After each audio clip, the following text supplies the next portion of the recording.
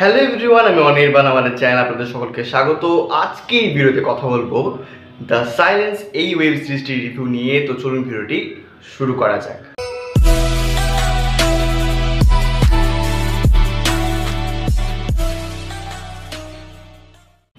তো the silence এই সিরিজটি ডিরেক্ট করেছেন ভিকি জায়েদ।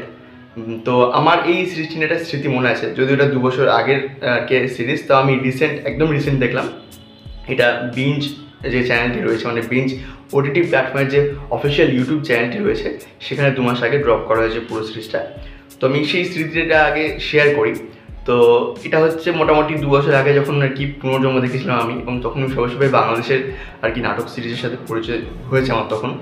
তো তখন আমি ভিকি জায়েদ স্যারকে ফলো করি ইনস্টাগ্রামে, এবং তারপর এই যে সিরিজটা দ্য সাইলেন্স, এটা নিয়ে যখন আর কি মানে প্রমোশন হচ্ছিল, তো তখন আমি ভিকি জায়েদ স্যারকে জাস্ট আমি একটা মেসেজ করি। তার আগে বছর আমি পুনর্জন্ম যখন আর কি একের পর এক রিলিজ হচ্ছিল, মানে 4 নম্বর পার্ট যখন খুব হাইপে রয়েছে রিলিজ হওয়ার জন্য, তখন আর কি আমি মেনশন করেছিলাম প্রথম 3টে পার্ট দেখে তাকে ইনস্টাগ্রামের স্টোরিতে। তো তখন তিনি সেটা আবার শেয়ার করেছিলেন। যাই হোক, তো এবার এই সিরিজটার জন্য মেসেজ করেছিলাম যে এটা কি আমাদের ইন্ডিয়াতে মানে ফ্রিতে স্ট্রিম হচ্ছে বিঞ্জ চ্যানেলে। তো তারপর তিনি আমাকে জবাব দেন যে ইন্ডিয়া থেকে এটা ফ্রিতে দেখা যাবে না। তো যাই হোক, তারপরে আমি এই সিরিজটা আমি দেখতেও পাইনি। তারপর অবশ্য তার কাজ আমি দেখেছি, ইরিনা দেখেছি, কাজলের দিন রাত্রি দেখেছি। তো যাই হোক, এই সিরিজটা আমি দেখলাম দ্য সাইলেন্স, প্রায় মোটামুটি প্রতিটা এপিসোড 22 থেকে 40 মিনিটের মধ্যে। তো কেমন লাগলো এই সিরিজটা, আমি যদি এক লাইনে এটাকে রিভিউ করি, তো সেটা আমি তো থাম্বনেইলে বলে দিয়েছি যে বাংলাদেশের স্কুইড গেম। বাট এক লাইনে যদি বলি, এটা একটা দারুণ সিরিজ। মানে আপনি একবার এই সিরিজটাকে একবার টাইম দিন, তাহলে বলবেন যে হ্যাঁ, একটা কিছু দেখলাম। এবার দেখুন, এই সিরিজের জন্য অনেক আমার কাছে ভালো দিকও রয়েছে এবং একটা দুটো খারাপ দিক রয়েছে। প্রথম যে ভালো দিক সেটা হচ্ছে এর প্রেজেন্টেশন। দেখুন, আমি জানি বাংলাদেশের ইকোনমিক্যাল অবস্থা কেমন, তা সত্ত্বেও আমি বলবো যে এই যে এত কম বাজেটের মধ্যে তারা যে কাজটা প্রেজেন্ট করে, এই সাহসটা যদি আমাদের এখানে বাংলায় যে আর কি একমাত্র প্ল্যাটফর্ম রয়েছে, তারা যদি সেই সাহসটা নিত, তাহলে বোধহয় অনেক কিছু চেঞ্জ হয়ে যেত। হ্যাঁ, চেষ্টা একটু হয়েছে, তারপরে ওই ভোগ, তারপর পর্ণসবরীর সাপ, নিকশ ছায়া, এসব হয়েছে। তো কী বলবো। তো যাই হোক, এই যে প্রেজেন্টেশনটা, অল ওভার যে প্রেজেন্টেশন, সেটা বেশ সুন্দর ভিকি জায়েদের। এবং তার কাজের একটা আপনি জিনিস দেখবেন যে তিনি বিভিন্ন বিদেশি এলিমেন্ট তো নেন, ঠিকই আছে, এটা তো সবাই আমরা দেখতে থাকি। তার সাথে তিনি বেশ একটা ইনফরমেটিভ কি জিনিসপত্র সেখানে রাখেন, এবং তার যে ক্যারেক্টারগুলো সেগুলো কিন্তু ভীষণ ভীষণ ডার্ক হয়। প্রতিটা সিরিজে কিন্তু আমরা মোটামুটি দেখেছি। এবার এই সিরিজটা কিন্তু সেরকম একটা সিরিজ, এবং এখানে একটু করে গল্পটা বলি, তাহলে আপনারা হয়তো দেখার জন্য ইন্টারেস্টটা বেশি হবেন।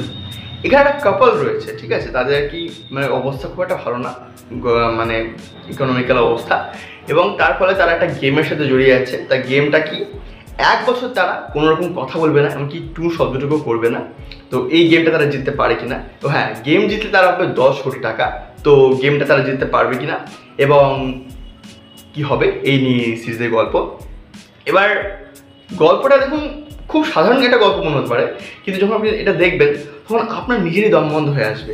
এবং আমি থ্রু আউট দ্য সিরিজ কিন্তু কোনো কথা বলতে পারিনি, একদম সাইলেন্স হয়ে দেখেছি সিরিজটা। তো যার ফলে আমার মনে হচ্ছিল যে আমারই নিজের দম বন্ধ হয়ে আসছে। এরা যেভাবে মানে অ্যাক্টিং করেছেন এখানে, মেহজাবিন চৌধুরী এবং শ্যামল মওলা তার নাম, তো দুজনের যেরকম অভিনয়, মানে ওই যে সিচুয়েশনগুলো যেখানে শুধুমাত্র এক্সপ্রেশন লেস হয়ে আর কি নিজের অভিব্যক্তি ফুটিয়ে যেতে হবে, নিজের মনের কথাটা ফুটিয়ে যেতে হবে, এটা বলাটা যতটা সহজ, করাটা ততটা কিন্তু সহজ নয়।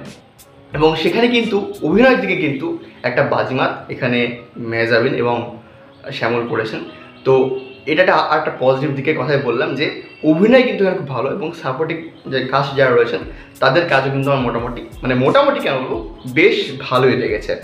এছাড়া যে আর একটা বিষয় বলবো, সেটা হচ্ছে এই সিরিজের ব্যাকগ্রাউন্ড মিউজিক। আমার নামটা মনে নেই, ব্যাকগ্রাউন্ড স্কোর এত সুন্দর এবং এত দারুণভাবে সেগুলোকে ইউজ করা হয়েছে, আপনার কিন্তু কানে আপনার কিন্তু অদ্ভুত মজা আসবে যে হ্যাঁ, গোটা সিরিজে তারা কিন্তু হয়তো মানে ডায়লগ তাদের মধ্যে নেই এই 2 ক্যারেক্টারের মধ্যে, কিন্তু যখন ওই যে মিউজিকগুলো কাজ করছে, কিংবা যখন একটা ক্যারেক্টারের ডার্ক সাইড দেখানো হচ্ছে তখন যে মিউজিকটা কাজ করছে সেগুলো কিন্তু মজা আপনাকে ডেফিনেটলি দেবে। তো এই ব্যাকগ্রাউন্ড স্কোরের দিকটাও এখানে বেশ ভালো। এছাড়া ভিকি জাহেদের যে ডিরেকশন সেটার প্রশংসা করতে হয়, এত কম টাইম লিমিটের মধ্যে, মানে প্রতিটা, তো টাইম লিমিটটা বললাম আমি, প্রতিটা এপিসোডের মানে টাইম ডিউরেশনটা মোটামুটি 22-40 মিনিটের মধ্যে আপনাকে গ্রিপ করে রাখবে। হ্যাঁ, ড্রামা ডেফিনেটলি রয়েছে, কিন্তু আপনাকে গ্রিপ করে রাখবে। এবং যে ক্লিপ হ্যাঙ্গারগুলো, মানে আমি ভাবছি যে আজকে এই 3টে পুজো দেখে রাখি, বাকি 3টে পরে দেখবো, তারপর এমনটা কিছু হয়ে গেল 4 নম্বরটা দেখে গেলাম, 5 নম্বরটা দেখলাম, 6 নম্বরটা দেখে গেলাম। তো এরকম একটার পর একটা আর কি যেভাবে গল্পটা সাজানো হয়েছে দেখতে কিন্তু মজা আসে। এবং এই যে বললাম ড্রামা রয়েছে, তার সাথে যেরকম আর কি ইভেন্টগুলো ঘটতে থাকে, আমি তো স্পয়েল করতে পারছি না, ইভেন্টগুলো যেরকম ঘটতে থাকে সেগুলো কিন্তু সত্যি একটা মজা দেবে। এবং আমরা বলি না যে শেষ পাতে ডেজার্ট হিসেবে আর কি যদি বলি, তো সেটা তো ভিকি জাহেদের প্রেজেন্টেশনে তার যে ডেজার্ট থাকে শেষ পাতে, সেটা তার গল্প বলার স্টাইল থাকে বা হয়তো একটা টুইস্টে থাকে। তো এই সিরিজের যে এন্ডিং সেটা আপনাকে উড়িয়ে দেবে, এত সুন্দর এর এন্ডিং হয়েছে। এবং আমি ভীষণ রকম স্যাটিসফাইড হয়েছি এই সিরিজের এন্ডিংটা দেখে। তো এটা হলো পজিটিভ দিক। একটু যদি নেগেটিভ দিক বলি, তো ধরুন আপনার সাথে পরিচিত কেউ আছে, আপনি বুঝতে পারছেন তার ইন্টেনশনটা কী, খারাপ না ভালো সেটা আপনি বুঝতে পারছেন। তো ভালো হলে তো ঠিক আছে, বাট যদি খারাপ হয় তাহলে আপনি কী করবেন? আপনি সরে আসবেন অবশ্যই, তাই না? তো এখানে তা সত্ত্বেও এই যে ভয়টা ক্যারেক্টারের মধ্যে, যে না আমি সরে আসবো না, সেটা কোথাও যেন গায়েব থাকে এই গোটা সিরিজে।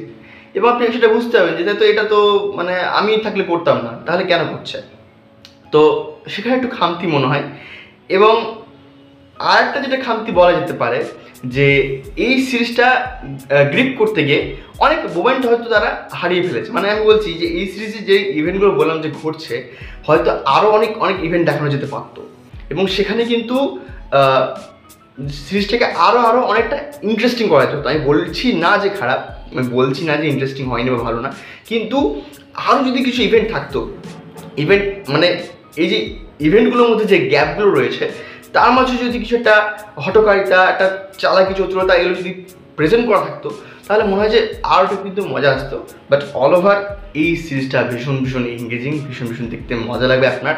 এবং বাংলাদেশের সাথে ভারতের মানে আমাদের মধ্যে যে রাজনৈতিক সম্পর্ক কিংবা সোশ্যাল মিডিয়াতে যে লড়াই হয়, তার বাইরে গিয়েও আমার মনে হয় যে এই একটা মাত্র জিনিসই আছে, সিনেমা বা নাটক বা সিরিজ, যেটা দুই বাংলার মধ্যে একটা মেলবন্ধন ঘটিয়ে রাখবে। মানে আমি জানি অনেকে হয়তো রয়েছেন এখানে যারা আর কি আফরান নিশোর ফ্যান রয়েছেন বা মেহজাবিনের ফ্যান রয়েছেন, সাকিব খানের ফ্যান রয়েছেন কিনা আমি জানি না, হ্যাঁ, তবে যারা আর কি আফরান নিশো মেহজাবিনের কাজ দেখেছেন, বা আমি মোশাররফ করিম আর চঞ্চল চৌধুরীকে কেন ভুলে যাবো, তাদেরও অনেক ফ্যান রয়েছেন। তো সব মিলিয়ে এই একটা জিনিসই রয়েছে, এটা দুই বাংলার মধ্যে একটা সম্পর্ক বজায় রাখছে। এবং আমি ভিকি জাহেদের আরও অনেক কাজ দেখবো, তাকে অনেক স্যালুট এরকম একটা কাজ প্রেজেন্ট করার জন্য। এবং আরও একটা বিষয় যে আমি আরও হয়তো নাটক সিরিজ দেখবো ভিকি জাহেদ, এবং আরও অন্যান্য পরিচালক অবশ্যই রয়েছেন, রায়হান রাফি রয়েছেন, আরও অনেকে রয়েছেন। আজকে হয়তো ভিকি জাহেদের খোয়াবনামাও আসছে, তো সেগুলো রিভিউ করব। তো প্লিজ আপনারা পাশে থাকবেন। এই ভিডিওটা এতটুকুই। ভিডিওটি ভালো লাগলে লাইক করুন, কমেন্ট করুন, শেয়ার করুন, আমাদের চ্যানেলটি অবশ্যই সাবস্ক্রাইব করুন। ধন্যবাদ।